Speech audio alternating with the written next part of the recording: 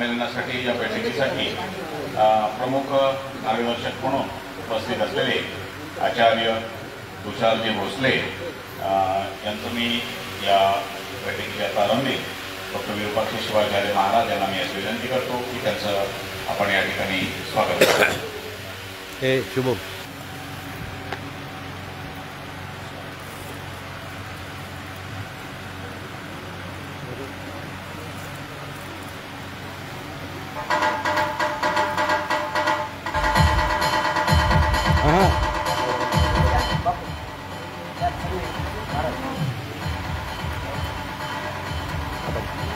apa gitu.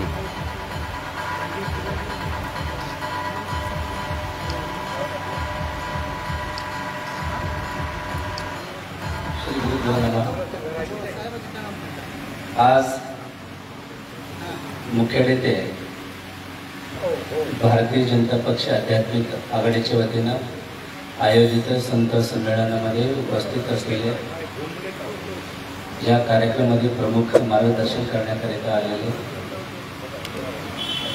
Shri Tushar Bhosaleji संत संमेलनामध्ये व्यासपीठावर उपस्थित सर्व संत महंत कीर्तनकार प्रवचनकार उपस्थित सर्व आध्यात्मिक धार्मिक सन्मान्य व्यक्तिगण. खरं म्हणजे आजचा हा दिवस नांदेड जिल्हा संत संमेलन म्हणून आपण आयोजन केले होते. संत संमेलन म्हणून आयोजन करत असताना फक्त संतांना महंतांना तेवढंच न बोलवता जिल्ह्याभरामध्ये राहणारे प्रमुख कीर्तनकार प्रमुख मठा मंदिरातले पुजारी आणि प्रमुख काही मान्यवरांना आपण सांगितलं होतं. परंतु या कार्यक्रम करत असताना वेळ फार कमी पडला म्हणून तरीसुद्धा एवढा घाई गडबडमध्ये आजचा हा एकादशी असतानाही सुद्धा एवढे नियोजन करत असताना उपस्थित सर्व मान्यवर आज आले. तुम्ही सगळेजण आलात म्हणून प्रथमतः तुम्हा सगळ्यांचा नांदेड जिल्हा भारतीय जनता पक्ष आध्यात्मिक आघाडीच्या वतीनं तुम्हा सर्वांचं मनापासून हार्दिक स्वागत करतो. सध्या भारत देशाचा विचार आपण केला, देश एक वेगळ्या दिशेला चालू आहे. देशभरामध्ये संत महंतावर मंदिरावर अनेक प्रकारचे आघात चालू आहे. असे असताना भारतीय जनता पक्षाच्या वतीनं एक आध्यात्मिक आघाडी म्हणून गेले 4 वर्षापासून आचार्य तुषार भोसलेंच्या नेतृत्वामध्ये एक आध्यात्मिक आघाडीचं निर्माण झालं. लॉकडाऊन असताना देशभरातलं सर्व मंदिरं बंद, सर्व लोक आपल्या आपल्या घरामध्ये बंद होते आणि त्यावेळामध्ये आपल्या हिंदू धर्मावर अनेक लोकांनी त्यांचा परिणाम अनेक प्रकारचे आघात करायचा प्रयत्न करत होते. दुर्दैवानं आपल्या राज्यामध्ये अधार्मिक सत्ता होते.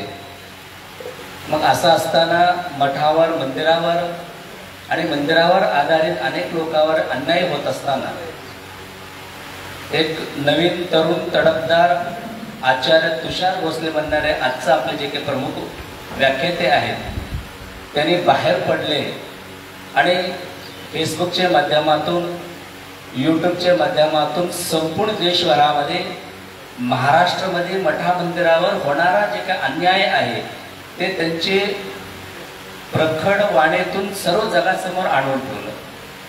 त्याचा परिणाम असा झाला त्यावेळातला सरकारला जागी व्हावा लागला आणि प्रत्येक मठा मंदिरापर्यंत शासनाचे अनेक अडचणी असतानाही सुद्धा मठा मंदिराला योग्य न्याय देण्याचं काम त्यावेळातल्या सरकारनं करावं लागलं. तशी करण्याची भाग आपल्या आचार्याने केले. म्हणून असे असताना आज परत एकदा आपल्या समोर एक मोठा संधी आहे. पाहतो आपण आम्ही सगळेजण धार्मिक काम करणारे आहोत. इथं असलेलं प्रत्येक माणसं एक व्यक्ती म्हणजे 1000 लोकांची बरोबरची तुम्ही सगळेजण आहोत. आज इथं वारकरी संप्रदायातलं ज्येष्ठ वसुरकर महाराज आहेत. त्यांनी आता परत 30-40 वर्ष समाजामध्ये धर्मामध्ये काम केलं. कीर्तनाच्या माध्यमातून काम केलं, अशी अनेक ज्येष्ठ माणसांना माहिती आहे. आज हिंदू धर्मामध्ये नेमकं चाललंय काय? आज आम्ही सगळेजण काय करू लागलो? आपला उद्योगामध्ये आपण आहोत, आपलं कर्तव्य आहे. मठा मंदिरातले सर्व महाराज मंडळी आपण आपलं काम करू लागलो, कीर्तनकारांवर तुम्ही तुमचे काम करू लागलं. परंतु एवढ्यावर बसले तर जमणार नाही.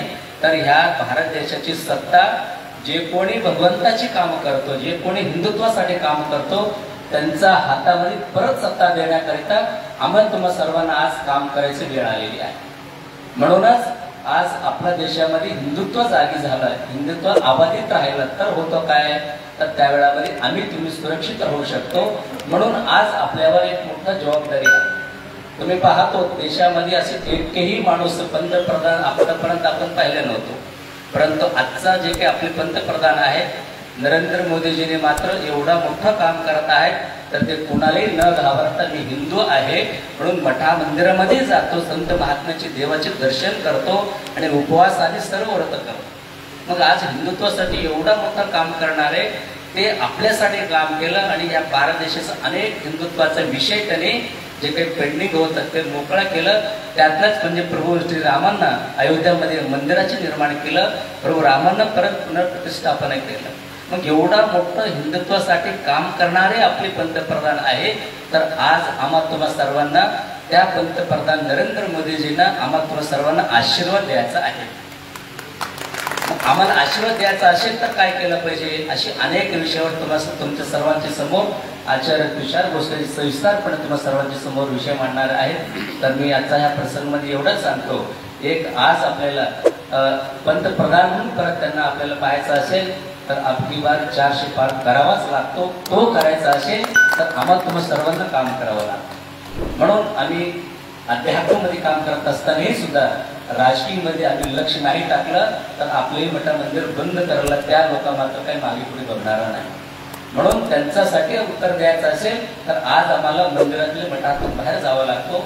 म्हणून आज ह्या निमित्तानं नांदेड जिल्हा संत संमेलनाचे आयोजन आम्ही सर्वजण केलेले आहोत. म्हणून जास्त न बोलता व्यासपीठावरील सर्व मान्यवर प्रत्येकजण त्यांची मनोगती व्यक्त करणारच आहे. परंतु एक दोघांची मनोगत झाल्यानंतर आचार्य तुषार भोसलेजींनी सविस्तरपणे तुमच्या सर्वांच्या समोर विषय मांडणार आहेत. म्हणून परत एकदा तुम्हा सर्वांचे स्वागत करतो आणि कार्यक्रम संपल्यानंतर सर्वांनी भोजन केल्याशिवाय कोणी जाऊ नये असं तुम्हा सर्वांना आग्रहाचं आमंत्रण देतो आणि विनंती सुद्धा करतो. तुम्ही सगळेजण भोजन करूनच जावं असे आवाहन करतो आणि इथं थांबतो. शिवमया.